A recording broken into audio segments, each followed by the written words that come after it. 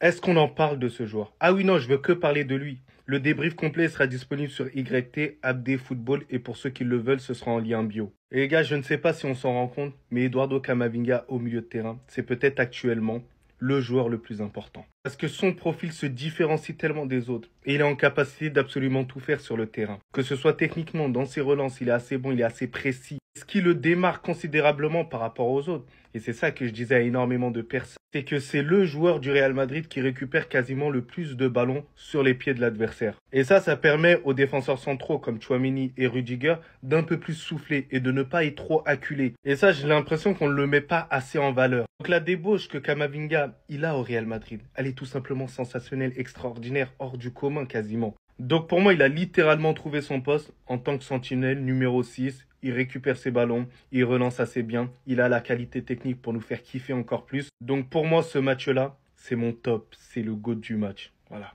Ça toi? Moi en tout cas, on bien, alhamdoulilah. Ah ouais, Kylian Mbappé, finalement, sa venue au Real Madrid le réussit. Malgré une adaptation compliquée depuis son arrivée, le gars, ça fait 2 finales, 2 trophées. En même temps, j'ai envie de dire, c'est facile quand t'es au Real Madrid. Et ceux qui a bien ça comme moi, on ne pourra pas lui reprocher de ne pas avoir été présent lors des finales. Parce que le gars, ça fait 2 finales, 2 buts. Une passe décisive en plus de ça, celle qu'il a fait à Rodrigo aujourd'hui. Et là, je remarque que plus on avance dans le temps, mieux il est. Le gars, depuis qu'il s'est braillé, c'est terminé. Voilà, il devient de mieux en mieux. Déjà, en ce qui concerne son adaptation à ce poste de numéro 9, il y a beaucoup d'améliorations. Et on l'a vu aujourd'hui sur le but qu'il a marqué. Réussir à marquer ce but alors qu'il était sur le même côté que Vinicius, faut le faire. Ça a l'air banal, mais le déplacement était intelligent. C'est un vrai but de 9. Après, j'ai envie de dire, après tout le boulot que Vinicius a fait, gare à lui de rater ça. Et maintenant, depuis son arrivée au Real Madrid, Kylian Mbappé, ça fait désormais 13 buts, 3 passes décisives et 2 trophées. Le ratio, il est bon. Et finalement, j'ai envie de dire que les gens avaient raison lorsqu'ils ont dit qu'il avait laissé son âme sur ce terrain. C'est dans ce même stade-là qu'il avait perdu la finale de la Coupe du Monde face à Lionel Messi. Aujourd'hui, il est allé récupérer un autre. La seule chose que j'attends maintenant, c'est la connexion entre les trois là. On a bien vu la connexion entre lui et Vinicius aujourd'hui. Rodrigo, lui, il a fait son festival tout seul. Mais j'attends la connexion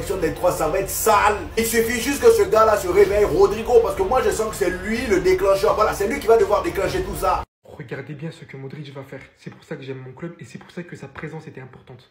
Regardez, il donne le trophée à qui? Kylian Mbappé qui vient d'arriver au Real Madrid. Théma son regard. Il voulait pas y croire au début. Hein. Genre tu me le donnes à moi, qui finit par le soulever avec une grande joie. Mbappé, ce que Modric t'a donné là, faut savoir que ce n'est pas qu'un simple trophée. La sensation qu'il t'a donné là, c'est une manière de te dire qu'ici, on gagne tout le temps. Via ce geste, via cette donation, il te donne la sensation de ce que c'est de gagner des trophées. Non pas qu'au PSG, t'en gagnais pas sans leur manquer de respect, mais qu'ici, on gagne tout. Enfin, là, aller chercher celui-là, je remercie énormément Luka Modric. C'est aussi pour ce genre de raison qu'il est resté cette saison. Hormis ce qu'il apporte footballistiquement parlant, ce genre de gestes ont énormément d'impact et énormément de valeur envers qui il les fait. Et il en est conscient. Il le sait très très bien, beaucoup plus que vous le pensez. Et ça, c'est l'expérience, les gars. En tout cas, merci beaucoup Luka Modric. Et j'espère que quand tu partiras à la fin de cette saison, que tu laisseras derrière toi une équipe qui saura se débrouiller. Je suis en train de parler et en même temps, je suis en train de penser à la fin de sa carrière. Comment, en fait, je sais pas si je dois rire ou je dois pleurer, là. Je vais arrêter la vidéo avant que je pleure parce que sinon, ça va tout gâcher, là. Les gars, Vinicius, je crois, c'est le premier joueur de l'histoire. Il fait une action qu'en masse et il a l'abnégation de faire la passe. La gentillesse de faire la passe. Je sais pas s'il a de l'ego, s'il aime juste jouer au Lego. Mais en fait, Vinicius, je le comprends pas. Pas plus tard qu'hier, il a fait un post Instagram dans lequel il dit qu'il est le meilleur joueur du monde. Il parle un petit peu de tout ce qu'il a traversé pour en arriver là. Le lendemain, directement, il donne un caviar à Mbappé. Quelqu'un qui est en concurrence directe avec lui pour être le meilleur joueur du monde. Mais ils jouent dans la même équipe. En tout cas, petit à petit, Mbappé il est en train de se refaire. Et ça va être drôle de pouvoir un petit peu se moquer de lui normalement quand il fera des mauvaises performances. D'ailleurs, dites-moi ce que vous avez pensé de ces 60 minutes.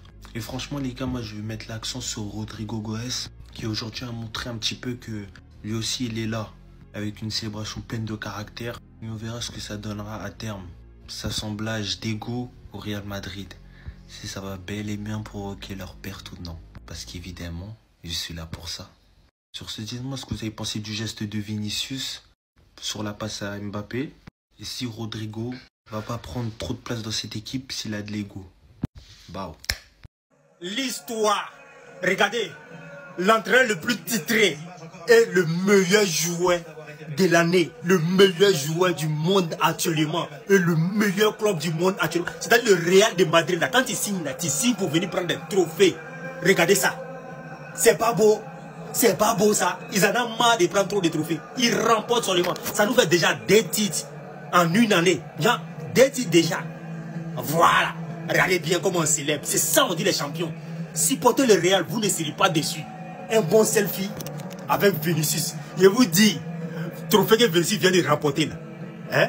Le meilleur joueur de l'année, The Best FIFA Award 2024 là. Vous allez voir ce qu'il va vous montrer. C'est une motivation. Ils ont arraché son ballon d'or pour qu'il se calme. Mais ils n'ont rien compris. Il va danser avec eux. Aujourd'hui, il a été le meilleur joueur de la finale. Est-ce que vous avez regardé le match?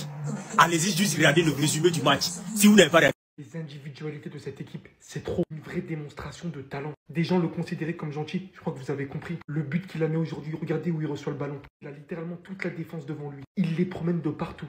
Feinte une fois, il les emporte tous avec lui. Il se remet sur son pied, va chercher ne serait-ce qu'un tout petit angle de frappe devant toute cette défense. Regardez-moi ce shoot, cette frappe enroulée qui va littéralement passer à côté du gardien. Devant Bellingham, Vinicius, Rodrigo, c'est ce qu'on lui a toujours demandé, de se montrer méchant. D'ailleurs alimenté par qui sur cette action? Kylian Mbappé. Puisque Rodrigo, au début, a été alimenté par quelqu'un. Comme vous pouvez le voir, Mbappé qui reçoit le ballon, qui remet en une touche de balle à Rodrigo. Et à peine il l'a remis, avant même que Rodrigo la reçoive, il est dirigé trop lance en profondeur. Regardez bien.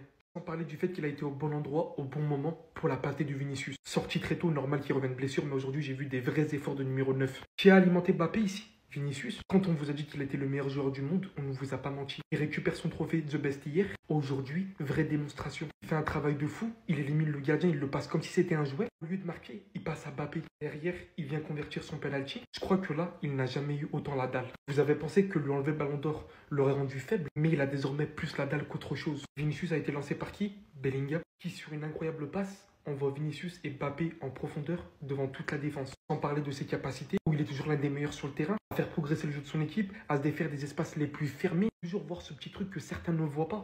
Voici les individualités du Real Madrid. Alors oui, le collectif est très important, mais aujourd'hui, ils ont montré à tout le monde qu'est-ce que ça vaut d'avoir les meilleurs joueurs dans son équipe.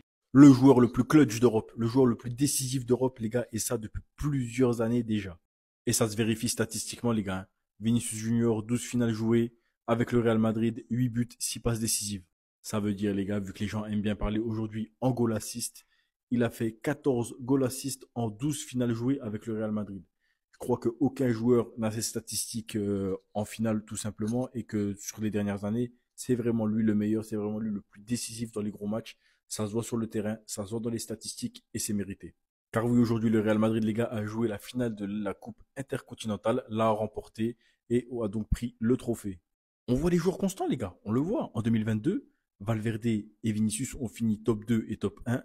Aujourd'hui, en 2024, Valverde et Vinicius encore ont fini top 2 et top 1 du match. Tout simplement.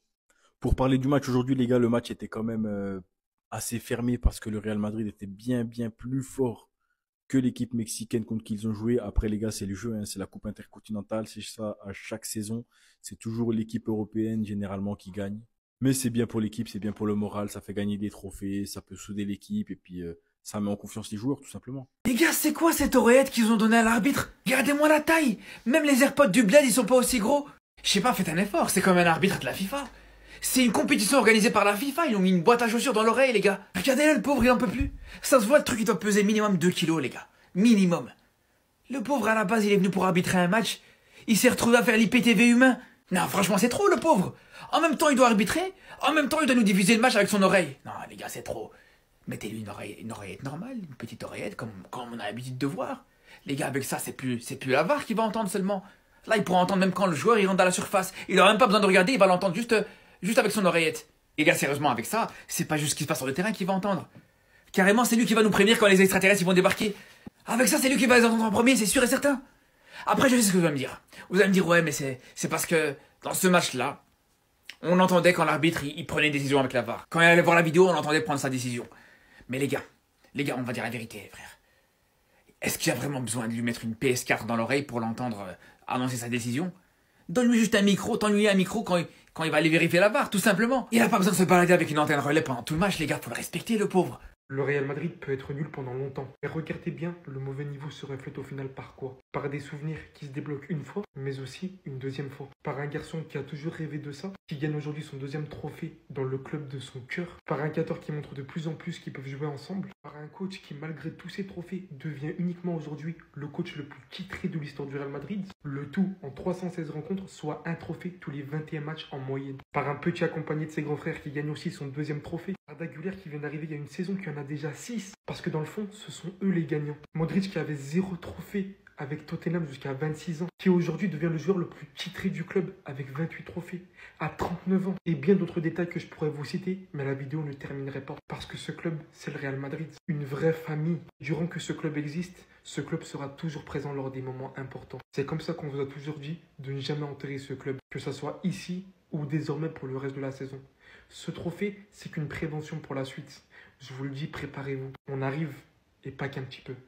On arrive et pas qu'un petit peu. Le golazo exceptionnel de Rodrigo, le penalty de Vinicius, le taf monstrueux de Vinicius sur le but de Kylian. Cerise sur le gâteau, il est récompensé d'un but sur penalty. C'est ça qui fait la force du Real. Chacun y trouve son compte, les gars. Le trio d'attaque aujourd'hui, il a frappé. Chacun un but, les gars. Une passe décisive pour Vinicius et Kylian.